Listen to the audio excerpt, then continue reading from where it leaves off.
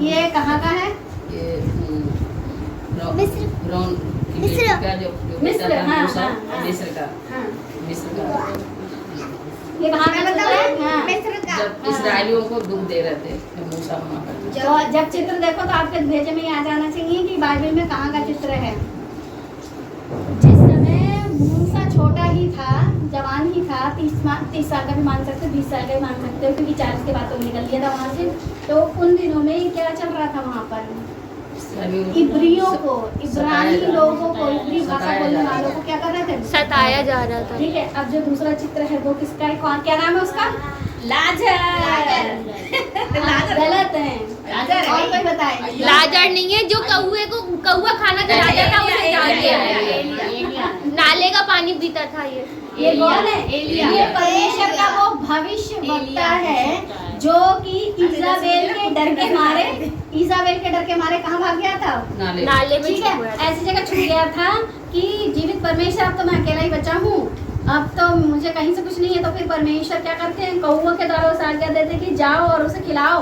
क्या खिलाया था उसे? रोटी और रोटी। क्या नाम है उस भविष्यवक्ता का? एलिया भविष्य वक्ता, जिसे मौत नहीं आई, जो परमेश्वर ने जीवित उठा लिया। अभी भी ठीक है।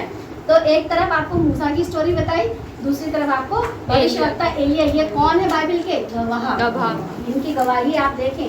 और फिर एक व्यक्ति ये है, कौन है जिसको टोकरे में से लोग नीचे लटका रहे हैं? नहीं, ये वो है जासूस। भेदिए नहीं, ये मुझे बताया सिर्फ, और किसी को नहीं ये पता। आपको पुराने नियम का गवाह नहीं है, नए नियम का गवाह है। बताओ कौन है? देखो मैंने इतनी हिंदी दे दी है। मालूम है, हाँ, खिड़की में से उतारा खिड़की में से हाँ, हाँ। कौन था वो? बताओ भाई, तुम्हें तो कहता सवाल बता, बुलबुल सवाल बताइए। कौन सा ये गवाह वो है? इंसान है जिसे वो उनने बोला था कि तू मेरी लड़कियों को ले ले, बट नहीं, नहीं, वो नहीं है, लूट नए नहीं नियम में है। ये मैंने बोला ना, पुराने नियम में ढूंढने से नहीं मिलेगी ये स्टोरी आपको, ये आपको नए नियम में ढूंढनी पड़ेगी। बताएं।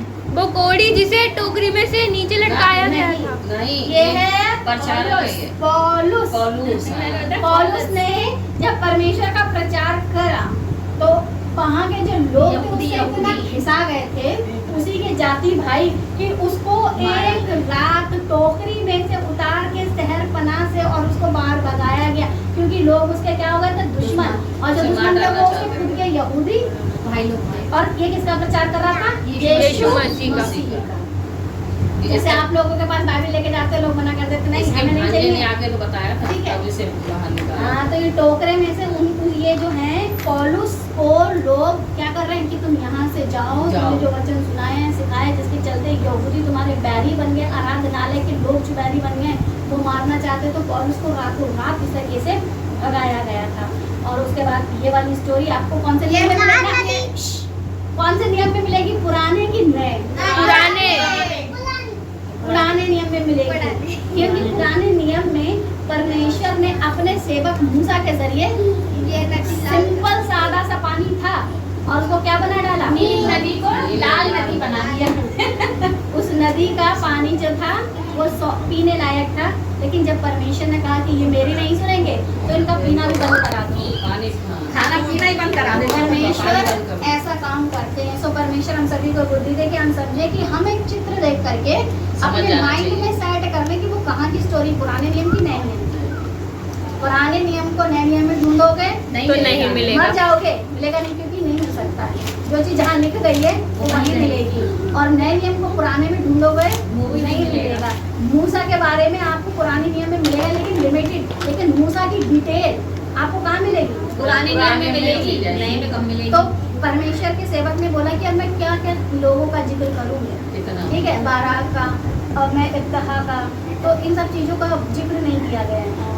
आपको इन सब के बारे में कहाँ जानना है? पुराने नियम में जाएंगे तो मिल जाएगी। जब आप बाइबल पढ़ोगे तो इनके बारे में जानोगे कि ये कैसे कैसे लोग थे जिन्होंने अपने अपने समय की गवाही तैयार की। बिल्कुल। एक किताब पता है लिखी जा रही है हम लोगों की, जीसस लिख रहे हैं। हमारे ही किताब लिखी जा रही है, और एक दिन हमारी किताब भी वो हमारे किए गए एक एक कार्य, हमारा किया गया एक एक प्रचार है। तो हमें अपने जीवन को सतर्कता के साथ जीना है। जैसे इन लोगों की अच्छाई भी परमेश्वर ने लिखवाई और बुराई भी।